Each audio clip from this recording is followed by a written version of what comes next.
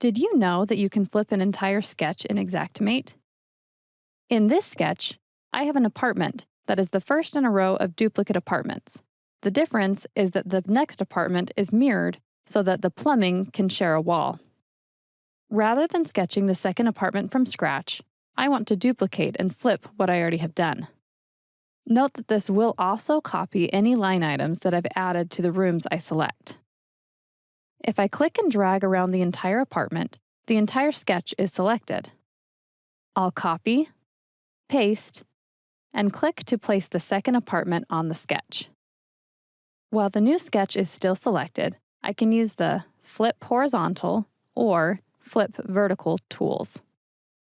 Any of the room handles will move everything that is selected. I'll click and drag to put the second mirrored apartment next to the first one.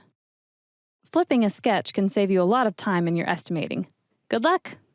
Fill out the survey below to let us know if there's anything you'd like to learn more about. And be sure to like this video and subscribe to our channel for more Xpert tips each week.